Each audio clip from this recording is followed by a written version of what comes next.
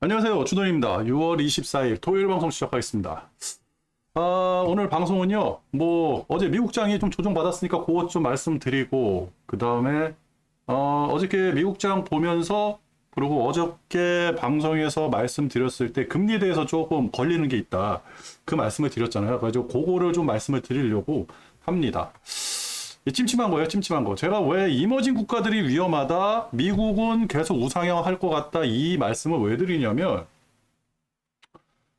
이 금리예요, 금리. 지금 유튜브에서 굉장히 안 좋은 그 내용들이 좀 많이 나오고 있잖아요. 사실 저는 좋은 내용이 나오든 안 좋은 내용이 나오든 간에 그게 지금 당장 주가에 영향을 미치느냐, 안 미치느냐, 그게 중요하거든요. 저번 주까지만 해도 우리 증시도 저번 주가 아니라 저저번 주까지만 해도 저번 주에는 우리 증시가 좀 조정을 받았다 생각을 한다 그러면 저저번 주까지만 해도 우리 증시도 막 상승을 하고 미국은 저번 주까지 막 상승을 했거든요. 근데 그 내포되어 있는 악재들을 다 겉으로 표출을 하면서 상승을 한 건 아니잖아요. 그죠? 악재들은 내려가고 호재들은 끄집어내고, 그러니까 주가가 상승할 때 호재가 작용을 하는지, 주가가 하락을 할 때 악재가 작용을 하는지, 이게 중요해요. 악재가 나왔는데도 상승한다 그러면 그거는 찐 상승이고, 호재가 나왔는데도 하락한다 그러면 그거는 찐 하락이거든요. 지금은 찐 하락, 찐 상승이 있는 상태가 아니에요. 그냥 수면 아래에 묻혔을 뿐이다. 근데 이제는 금리를 얘기를 해야죠. 왜 금리를 얘기를 하느냐? 우리나라 환율이 미친 듯이 치솟으니까 1,300원이 뚫었잖아요. 그것도 일주일 만에. 그래가지고 그 환율이 어떤 방향으로 움직이는 데에서 우리가 확인을 해야 되거든요. 그러면 지금 코스피하고 코스닥은 우상향을 할 것인지 아니면 우하향을 할 것인지, 강세인지 약세인지, 이거를 먼저 파악을 해야 돼요. 저는 약세라고 생각합니다. 한국은. 미국은 강세, 한국은 약세. 나머지는 모르겠어요. 그리고 중국은 이제 망해 나갈 것 같고. 지금 제가 그래가지고 요거를 잠깐 만들었거든요. 이제 머릿속에 있던 거를 조금 찾아봐가지고 이제 만들었어요. 별로 중요한 건 아니지만 지금 미국 금리가 5.25%거든요. 근데 한국은행 이번에 금리, 지금 우리가 올해 들어서 금리를 한 번도 안 올렸더라고요. 1월 달부터 3번 연속 안 올렸거든요. 그게 3.5%예요. 그러면 이 갭이 1.75잖아요. 그죠? 1.75. 충분히 버틸 수 있다 그러더라고요, 전문가들은. 근데 한국은행은 왜 금리를 못 올릴까요? 제가 생각해도 지금 금리를 올려야 되는 때거든요. 제가 한국은행이 금리를 계속 동결을 시킬 때마다 3번 내내 방송에서 분명히 그 얘기했어요. 실수하는 거다. 금리 올렸어야 된다, 선제적으로. 그래가지고 그게 지금에 나타나는 게 아닌가. 만약 그게 아니라 그러면 다행인데, 환율이 저렇게 치솟는다 그런 거는 분명히 어디선가 삐끗하는 거거든요. 제가 이제 외환 전문가도 아니고 금리 전문가도 아니기 때문에 그건 잘 모르겠어요. 근데 미국의 지금 기준금리가 5.25%라고 그러잖아요. 실질적으로 저게 아니라는 거죠. 그게 문제가 있는 거예요. 제가 예전에 유튜브라든지 뉴스라든지 미국 금리에 대해서 조금 관심이 있었을 때 한 석 달 전인가 2달 전인가, 그리고 연준에서 QT를 한다 그랬을 때, 그리고 막 금리 인상을 시작한다 그랬을 때, 주가 막 폭락을 했을 때, 그때 그 공부했던 게 좀 있거든요. 그게 뭐냐?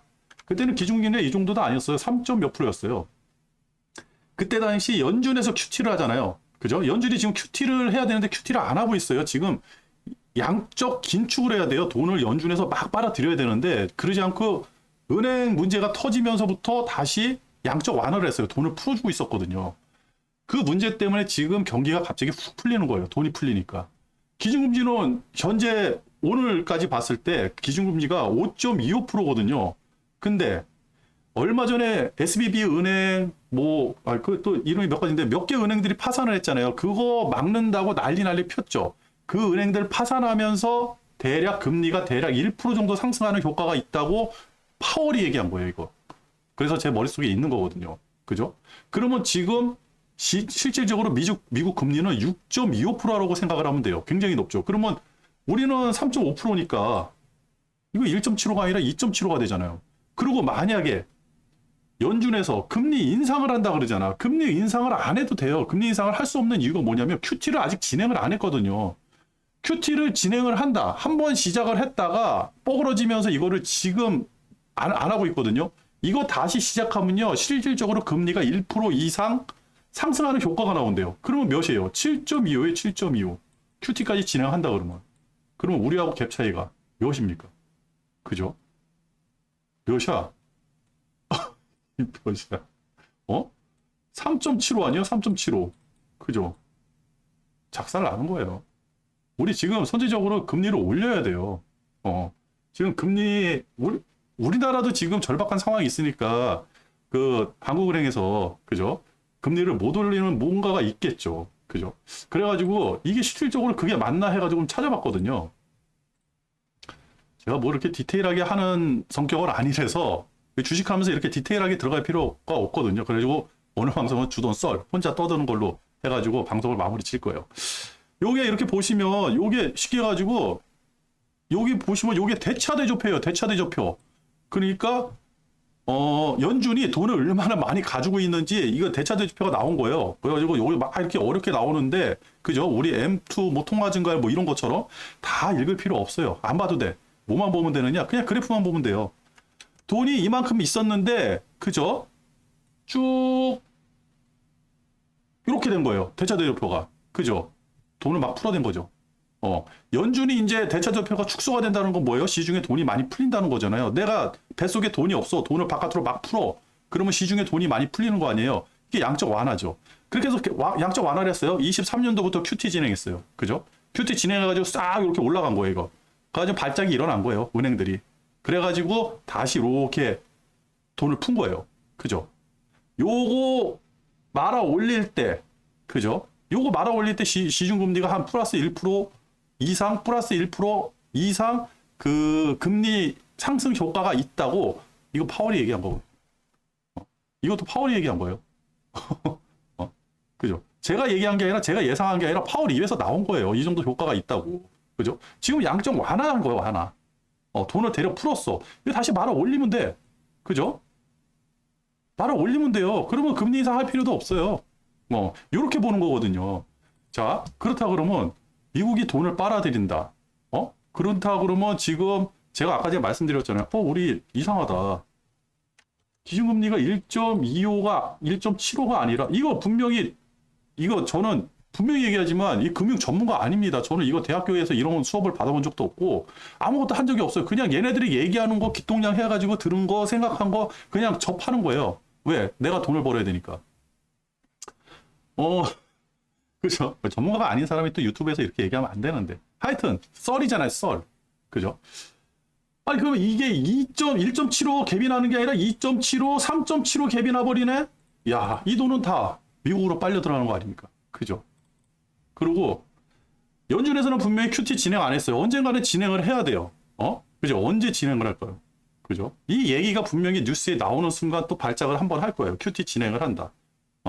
그리고 지금 문제가 뭐냐면 은행 파산 제가 끝이 아니라 그랬잖아요. 잠잠해진다 그랬잖아요. 그래서 요것도 한번 봤어요. 요거 어디서 보느냐? 제가 맨날 이렇게 우리 그거 한번 확인해 보자. 저거 끝난 게 아니기 때문에 확인을 해보자 그래가지고 매번 저거를 했잖아요. 이건가?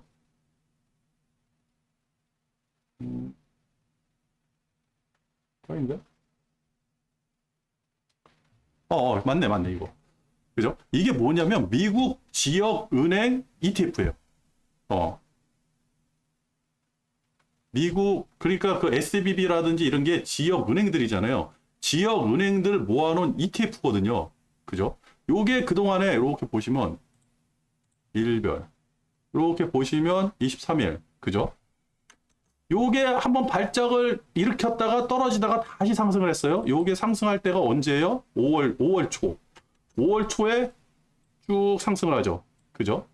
은행들이 안정화됐다는 거예요. 근데 한 일주일 전부터 갑자기 이렇게 빠지죠. 그죠? 은행들이. 이거를 왜 보냐면 미국 지역 은행들이 어떻게 지금 괜찮은지 안 괜찮은지 그거를 보는 거예요. 왜 그러냐면 미국에서 은행 문제가 한번 더 터지면 난리 날 거 아닙니까? 먼저 번에 뭐 그 퍼스틱 리퍼블릭인가? 그 은행하고 SBB 그거 할 때 미국에서 얼마나 선제적으로 강력하게 조치를 했습니까? 세상에 예금자 보호를 미국 정부가 보증을 서주는 게 어디 있어요? 세금으로 보증을 서줘 버렸잖아요. 그죠? 그리고 SBB 같은 경우는 그 계속해서 예금 인출이 나니까 어떻게 했어요? 그때 예금 인출을 해가지고 그냥 개인들이 자기가 가지고 있는 게 아니라 큰 은행으로 보냈잖아요. 뭐 JP모건인지 이런데.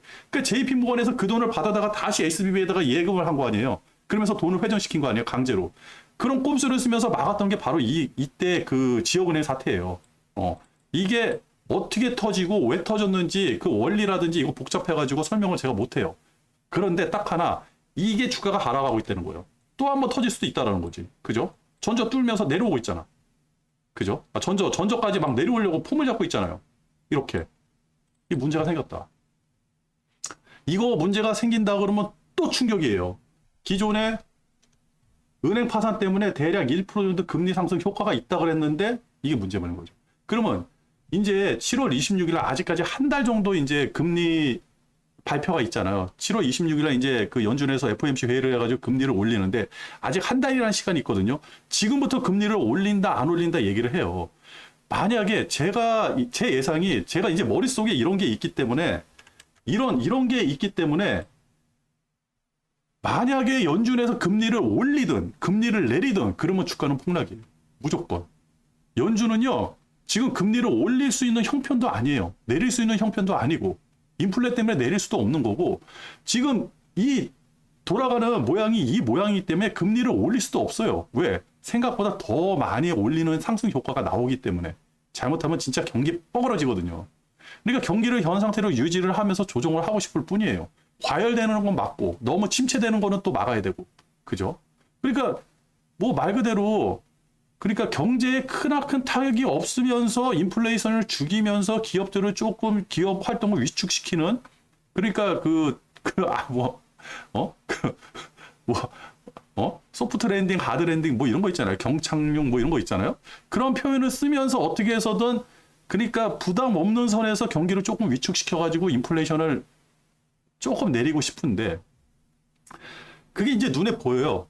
그러니까 금리 인상은 없고 연준은 지금 상태에서 금리를 유지하고 싶을 뿐인데 그게 안 되죠. 왜 그러냐면 이 떠드는 사람들, 이 소위 전문가라는 사람들, 이 사람들이 계속 입방아를 쪄대기 때문에 증시는 심리에 의해서 움직이잖아요. 그러면서 다음에 금리가 인상된다, 인상 안 된다. 근데 우리는 딱 하나만 생각해요. 미국은 이런 문제 때문에 금리 인상은 없다. 오케이. 여기까지 이제 알았어요. 그러면 또 문제가 있죠. 미국만 금리를 안 올리면 되느냐? 그죠? 다 안 올려야지. 우리나라도. 근데 우리나라 지금 올려야 될 판이에요. 금리 안 올리면 큰일 나. 왜? 환율이 저렇게 뻗쳤잖아. 1,300원대까지. 그렇다고 하면 금리를 올려야죠.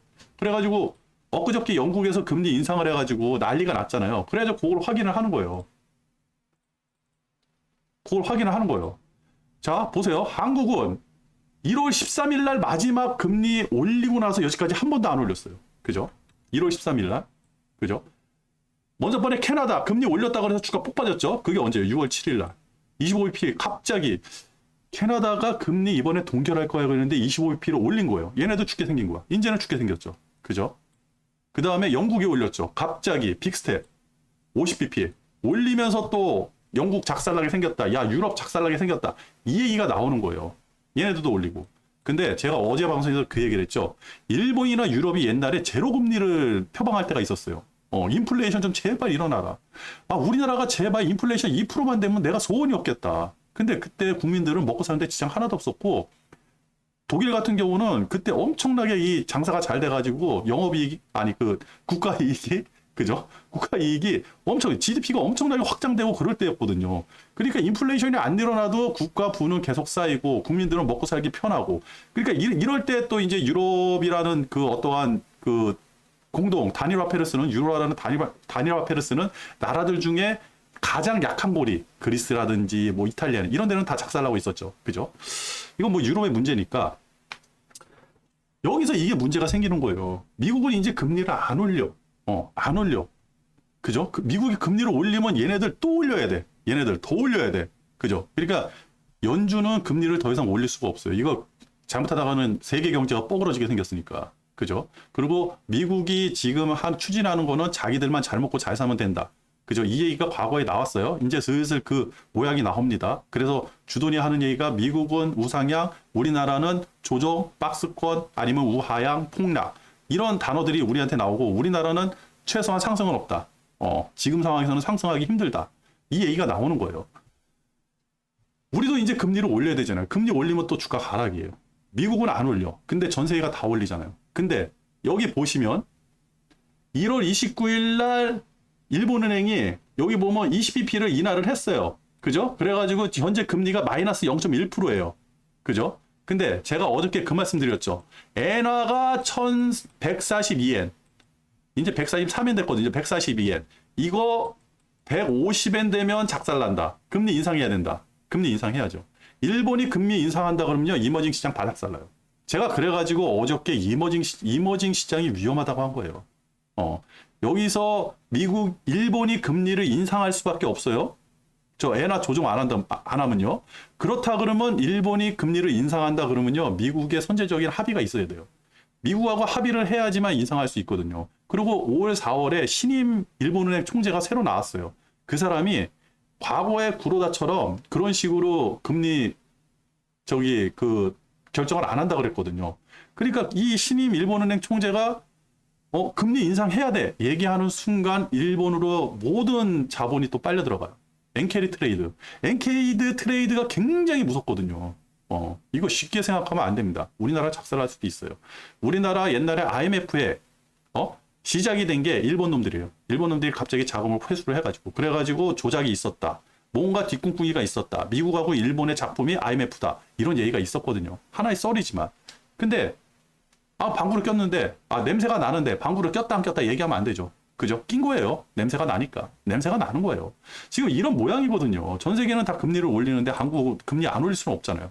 지금 금리 갭차가 저렇게 일어나는 거예요. 그죠? 여지까지 어떻게 해서든 1,300원 미만으로 환율을 조정을 했어요. 그러니까 우리가 눈치를 못 챘어요. 이제는 눈치를 챘죠. 그죠? 여기서. 이제는 우리도 금리 올려야죠. 금리 올리면 힘들어지죠.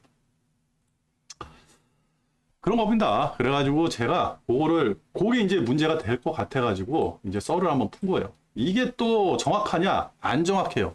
주도는요, 전문가가 아니기 때문에. 근데 주도는 한 가지가 있죠. 여러분들한테 뭐 나쁜 정보를 줘가지고 주돈이 이익을 얻으려고 하는 사람은 아니니까. 그죠? 돈은 같이 벌어야 돼요. 그리고 이따가 마지막에 제가 괜찮은 유튜버 방송을 하나 발견했어요. 사기가 무엇인지 이 사람이 정확하게 얘기를 해주거든요. 그거에 대해서 여러분들도 사기 당하지 말라고, 엄한 데다 돈 쓰지 말라고. 특히 이 주식하면 우리가 주식은 돈 가지고 돈을 투자하는 거잖아요. 사기를 많이 당할 수가 있거든요. 그렇습니다. 그래가지고 일단은 우리나라 환율 가장 문제가 이 환율이에요. 환율이 너무 뻗치니까 이거 어떻게 할 겁니까 이거? 그죠? 계속 뻗쳐나갈 것 같은데 1,300원 위로 올라가서 이제는 1,300원 지지하면서 떨어지지 않는다 그러면요 더 힘들어지는 거예요. 그죠? 이쪽으로 계속 뻗쳐나간다 그러면. 근데 뻗쳐나가는 이유가 단기적으로 하나, 둘, 셋, 넷, 다섯, 여섯, 일곱, 여덟 실제로 올라간 게 하나, 둘, 셋, 넷, 다섯, 5거래일이에요. 이번 주 월요일부터 그렇죠. 이번 주 월요일부터 상승하기 시작한 거예요. 왜 상승했냐고. 그죠? 달러가, 원화가 약세가 되면 우리나라는 수출 국가니까 환전을 해가지고 기업들 영업이익은 높아져요. 매출액도 높아지고. 그죠? 좋긴 한데, 원화는 원래 강세가 돼야지 더 좋은 거거든요. 실질적으로. 눈앞에 보이는 돈이 아니라 실질적으로 경제가 돌아가는 데 있어가지고, 원화는 강세가 돼야지 우리 경제에 훨씬 커다란 이득이 생겨요. 안 좋아요. 나중에는 이거 뻐그러집니다. 분명히 환율이 이렇게 뜨잖아요. 하루하루 뜨면 데일리로 데미지가 있는데 이게 이렇게 모양이 서버리면 여기 보세요. 이렇게 모양이 서버리면요. 나중에 폭 빠진다니까. 그래서 안 좋다. 그래가지고 이 환율 분명히 이거 조정을 해야 되고 그리고 2차적으로 달러화가 또 강세가 되는 거예요. 여기 보면 갑자기 플러스 0.51 이렇게 폭 올라갔거든요. 그죠? 지금 상황에서는 원화가 저 모양이 됐으니까 이거 추세적으로 올라가지 말라는 법이 없죠. 그죠? 제가 이머징이 왜 위험하다 그랬냐면요. 이게 만약에 이렇게 뻗쳐 올라가잖아요. 달러 강세가 돼가지고 달러 지수가 뻗쳐 올라가잖아요. 달러가 강세가 된다 그러면 돈이 미국으로 쏠려 들어간다는 거죠. 그래가지고 제가 유럽도 위험하다 그랬잖아요. 미국에서 유럽으로 투자된 자금이 빠져서 나가가지고 가는지 그걸 확인을 해야 된다. 그렇다고 하면 유럽은 추세적으로 하락할 수밖에 없고 이머징 시장 이런 데서 빠져가지고 미국장으로 나가야 된다. 괜찮다는. 그러면 다 뽀그러진다는 거죠. 미국 빼놓고 다 뽀그러진다는 거죠. 그죠? 달러가 강세가 됐어요. 갑자기. 달러가 강세가 되는지 꼭 확인해야 되거든요. 요거 추세적으로. 근데 이제 시장인 것 같아요. 강세되는 시장인 것 같아요. 지금. 그리고 어저께 딱 끝나고 나서 딱 끝나고 나서, 그러면 나 이거 나스닥을 어떻게 투자를 할까? 이 고민을 좀 했어요. 뭐, 없죠. 그냥 상단 잡고, 이거 뚫으면 레버리지, 그죠? 이거 밑에서는, 여기서는 곧버스 할 수가 있는데, 지금 곧버스 살 데가 없어요. 어. 왜 그러냐면, 요 21선 깨지는지 안 깨지는지 한번 확인해야 되죠. 그리고 큰 게 이 밑에 있잖아요. 이 상단이 아니라 밑단이에요. 그죠? 자, 요 밑단, 여기까지. 그러면 여기서 먹을 수 있는 게 이걸 뚫고 내려가야지 곧버스인데, 요거 먹을 수 있는 게 2.5%. 그죠? 위로는, 전구에서는 대략 2.1%. 그죠? 여기서, 요, 전구에서 여기까지 5%예요, 5%. 5% 여기서 작은 수익 내지 말고 요거 버텨가지고 위로 뚫는지 밑으로 뚫는지 확인하고 들어가면 될 것 같아요. 근데 문제가 뭐느냐? 나스닥이잖아요, 나스닥. 그죠? 나스닥이 그냥 빠지는 것 뿐이야. 그러면 추세적으로 얘가 안 좋다 그래서 빠지려고 그러면요. 넘버 1, 2, 3, 4, 5 이런 놈들이 빠져야 되거든요. 그래가지고 어저께 미국장 어떻게 끝나는지 한번 확인을 해봤거든요, 제가. 자, 테슬라. 요거는 제가 차트가 없으니까 요걸로 한번 볼게요. 그냥 일봉만 보세요. 뭐 그릴 필요도 없어. 이거 빠지는 차트야 지금? 어? 그죠? 다음 주 가가지고 음봉이 여기서 쭉쭉쭉쭉 나와야지 빠지는 거죠. 지금 상태에서는 빠지는 차트 아니잖아 이거는. 그죠? 이게 무슨 빠지는 차트야? 내 생각에는 더 이렇게 갈 것 같은데. 그죠? 테슬라. 그러면 넘버 원이라는 애플 한번 봐요. 애플. 이게 지금 빠지는 차트인가? 자, 이게 빠지는 차트입니까, 이게? 아니, 계속 가잖아, 계속. 더 하늘로 쏠 것 같은데. 그죠? 일봉이에요, 그냥. 무슨 뭐 2평 그릴 필요 없고, 쭈그리, 곱창, 이거 날릴 필요도 없어요. 그냥 차트만 보면 우상이야. 그죠? 그러면 엔비디아. 이제 반도체가 중요하니까. 엔비디아. 자, 이거 빠지는 겁니까, 지금? 여기 갭 떠가지고, 이게 빠지는 거예요? 더 갈 것 같아. 그러니까, 상위 업종은 나스닥 상위 업종들은 지금 빠지는 차트가 아니에요. 그렇다 그러면 얘가 빠지는 차트입니까? 상승하는 차트입니까? 그죠? 확인을 해야죠. 그래서 여기서는 고버스라든지 레버리지라든지 쉽사리 들어가지 못하는 거예요. 기존에 제가 만약에 고버스를 타고 있었잖아요. 그러니까 지금까지 정리 안 했다 그러면 이왕 탄 거 그냥 타고 가는 건데 여기서 고버스라든지 레버리지를 신규로 진입을 할 필요가 없는 거죠. 왜 그러냐면 얘 잘못하면 여기서 이렇게 와리가리 할 수 있거든요. 굉장히 오래 잡힐 수도 있어요. 그러니까 뚫고 나가는 거. 언젠간 뚫고 나가요. 달러 강세가 되고 모든 자금이 미국으로 쏠려 들어간다라고 한다고 하면 이거 근데 뚫고 나갑니다. 제가 예전에 그랬잖아요. 2012년도 디커플링 굉장히 무서웠다고. 근데 그때 우리나라 박스권에 갇혔다고. 2100에서 1900에서 2100 넓게 섹터를 넓게 잡으면 1800에서 2200까지. 그죠? 그 말씀을 드렸거든요. 그렇다 그러면 우리 이제 박스권에 갇힐 수도 있으니까 그 상단이 어딘지 하단이 어딘지 이거 확인하고 들어가면 돼요. 박스권 한번 딱 설정되잖아요. 돈 벌기 엄청 쉽습니다. 그냥 곧버스요 그러면 내려가고 그죠? 내려가서 박스권 하단에 걸치잖아. 그러면 레버리지요 그러면 그냥 올라가요. 그거는 뭐 신경 쓸 필요도 없어요. 진짜 돈 벌기 편해지거든요. 그때를 한번 노리자고요. 얘 아니에요. 내 생각에는 얘 엄청 강해요. 우리가 문제예요 지금.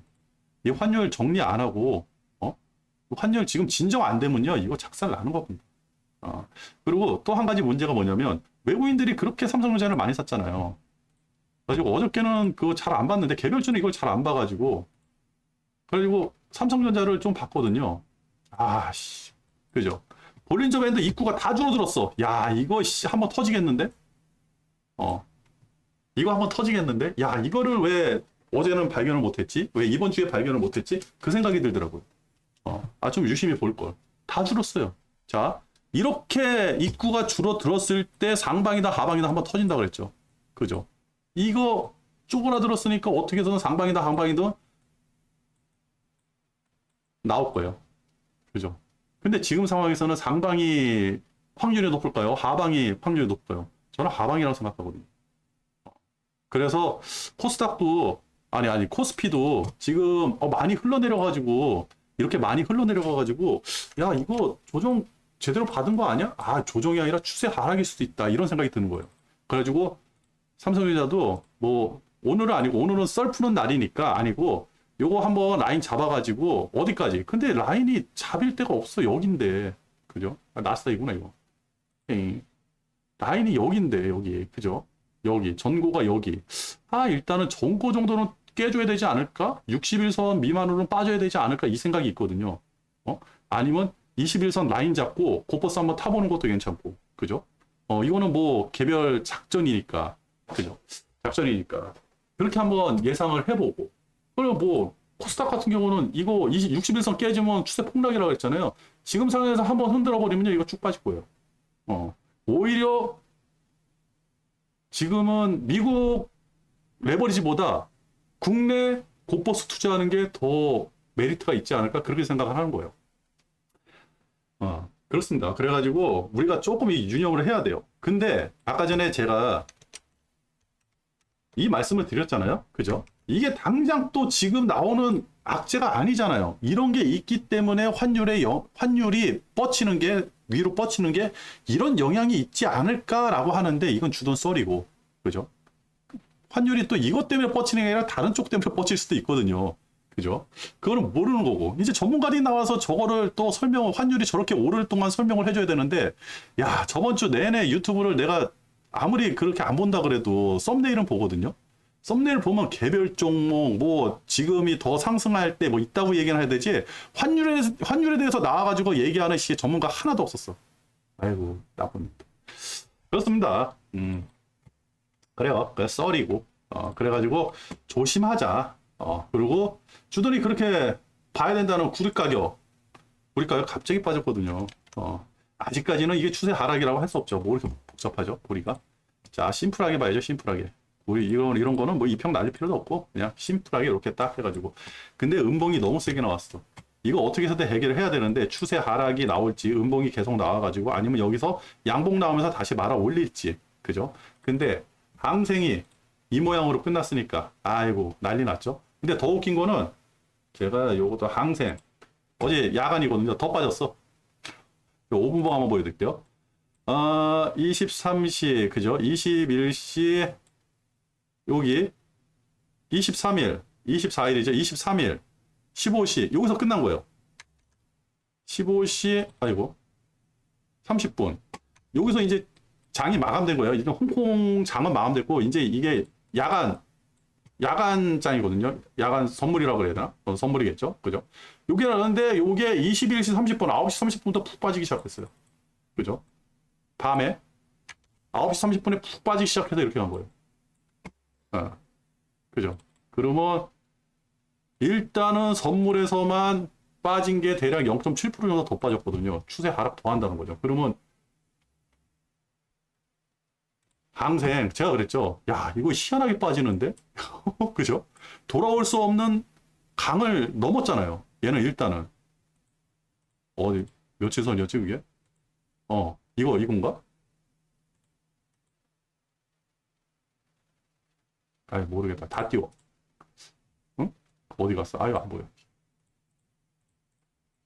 그죠? 쭈구리 지워버리고 그죠? 이거 이평선 다 위로 물려버리고 이 음봉 그죠? 그러면 최소한 월요일날 미국도 빠졌다. 그리고 야간 시장도 저렇게 빠졌다. 그러면 또 음봉 나올 확률이 굉장히 높아진다는 거죠. 그러면 전저 확인해야 되는 거예요. 전저에서 반등해서 올라가야 되는데 올라갈 수 있는 힘이 있냐고요. 그죠?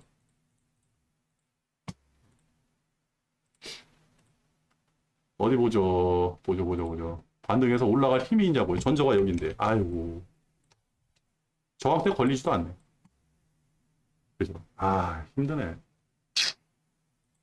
항생이 저 모양이면. 그죠? 그냥 항생이 저렇게 빠진다, 급작스럽게 빠진다라고 한다 그러면 유럽이 안 좋다는 거죠. 그래가지고 유럽도, 잠깐 이제 유럽도, 그 말씀을 드렸는데 유럽도 투자 포인트를 고버스로 잡고, 주도는 고버스로 잡고 있습니다. 그리고 댓글에서 제 포지션을 자꾸 말씀해 달라고 하시는데 말씀해 드리잖아요. 그죠? 썸네일로. 그리고 몇 프로 어디에 투자했다. 그게 사실 시간적으로는 하루 정도 늦는 거지만 근데 저 따라 하신다고 또 돈 버는 거 아니니까 여러분들이 공부하셔야 돼요. 그죠? 유로스톡스도 이렇게 보면 이평선 미만으로 이렇게 다 나왔잖아요. 여기서 이렇게 그죠? 딱 여기 몇이죠? 121선. 딱 요거 무너지면 한번 들어가 보자 그랬잖아요. 딱 건들고 딱 상승했어요. 만약에 무너진다, 이렇게 무너진다, 그러면 고버스 한번 들어갈 거예요. 왜 그러냐면 전저를 깨는 거거든요. 이렇게, 이렇게, 전저를 깨는 거거든요. 이렇게 떨어지면, 그죠? 이렇게 떨어지면. 그렇다 그러면 한번 들어가 볼 만하다. 그래가지고 121선 아니면 61선 기준으로 잡고, 61선 기준으로 잡든지 121선 기준으로 잡고 이 밑에 떨어지면 고버스. 레버리지는 지금 아닌 것 같고, 그죠? 항생이 저 정도 빠진다 그러면 힘든 거고, 그죠? 그래가지고 요거는 한번 그렇게 한번 투자를 해볼 생각이에요. 왜 그러냐면 61선이 가장 확률이 높은 게 뭐냐면 그동안에 61선 기준으로, 그죠? 딱 61선만 이렇게 보시면 돼요. 61선 의도 터지고 내려오고, 의도 터지고 내려오고, 그죠? 상승하는 것 같고, 그죠? 이렇게 뚫고 의도 터지고 상승하고, 의도 터지고 상승하고, 의도 터지고 상승했어요. 61선이거든요. 얘는 61선을 잘 지키는구나. 여기서 약간 조정해서 무슨 55일선이라든지 65일선이라든지 71선이라든지 이런 걸 좀 조정을 해가지고 요 꼭다리가 딱 맞는 어떠한 위치가 있을 거예요. 그런 거 보셔가지고 투자하셔도 되고. 그렇다 그러면 얘는 61선이구나. 그래서 61선 기준으로 한번 투자해보는 것도, 고버스 한번 투자해보는 것도 괜찮지 않을까, 그렇게 생각을 하거든요. 저는 121선 무너지면서 전적 깨지면 그때 한번 투자해볼 생각이고. 왜 그러냐면 정보가 너무 없기 때문에. 그렇습니다. 오늘 다 해버렸네요. 월요일장 어떻게 할지 다 해버렸네요. 그죠? 그러니까 지금은 일단은 공휴일이니까 모든 게 쉬잖아요. 월요일 아침에 다시 눈을 떠가지고 장이 시작을 했는데 다들 이상하게 움직인다. 환율도 이상하게 움직인다. 그죠? 일단은 환율을 먼저 보세요. 환율 다시 뻗치고 올라간다? 아니면 이 올라간 만큼 월요일 날 다시 음봉이 나오면서 밑으로 쭉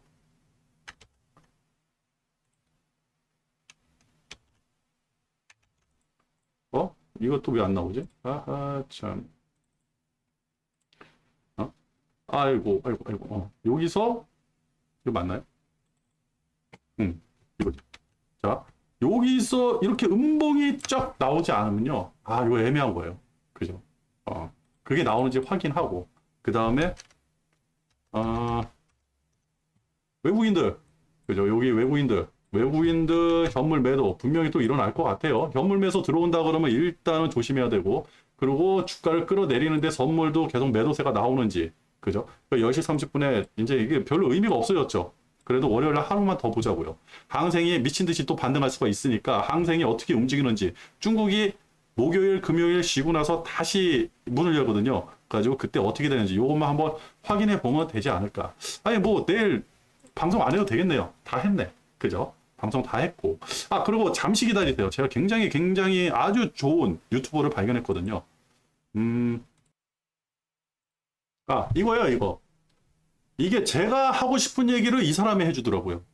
저도 이거 그냥 구독은 잘 안 했는데, 그냥 가끔가다 이런 사람도 있구나, 불합리하게 사람들 사기치는 그런 사람도 있구나, 그런 사람들을 파헤치는구나 해가지고 봤거든요. 근데 이게 오늘 영상 있잖아요. 이 영상을 부디 한 15분 걸리거든요. 15분 제발 끝까지 보세요. 이 영상을. 요거 이제 3일 전에 올라온 거예요. 제가 뉴욕 초대형 전광판에 소개됐습니다. 요런 해가지고 요거 꼭 찾아가서 보세요. 끝까지. 제발 끝까지. 그러면 주돈이 왜 우리가 정보를 얻고 유튜브라든지 주식을 하면서 내 피 같은 돈을 쓰면서 왜 책팔이, 정보팔이, 광고팔이들한테 당하지 말아야 되는지, 그죠? 왜 엄한 사람 얘기를 들으면 안 되는지, 이렇게 얘기하는 주돈마저도 사기꾼이라고 의심을 해야 되는지, 주돈이 언제 변심을 해가지고 제발 저기 커피값 좀 주세요, 무슨 율무차값 좀 주세요, 아니면 저 이거 실시간 방송하면서 무슨 슈퍼챗인가 뭔가 그것 좀 돈 좀 넣어주세요, 아니면 회원 가입하세요, 이런 거 얘기하는 사람이 왜 사기꾼일 수밖에 없고 그런지, 그죠? 주돈은요, 여기서 주돈이 하고 싶은 얘기를 딱 해주더라고요. 아주 시원하게. 막 가슴이 찌릿찌릿할 정도로. 주돈은 여러분들한테 치킨값, 커피값 이런 거 안 받아도 돼요. 회원 가입 안 해도 돼. 내가 돈 벌면 되잖아요. 내가 주식 투자해서 돈 벌면 되잖아요. 그죠? 부디 제가 얘기하는 거 책팔이, 정보팔이, 광고팔이 이런 사람들한테 속지 말자. 이게 여기 나와 있으니까 지금까지 유튜브 보신 분들은 요걸 꼭 보세요. 요걸 꼭 보시고 댓글 좀 달아주세요. 나 그거 봤어요. 그분들은 진짜 찐팬으로 인정하겠습니다. 오늘 방송 여기서 마치도록 하겠습니다. 끝!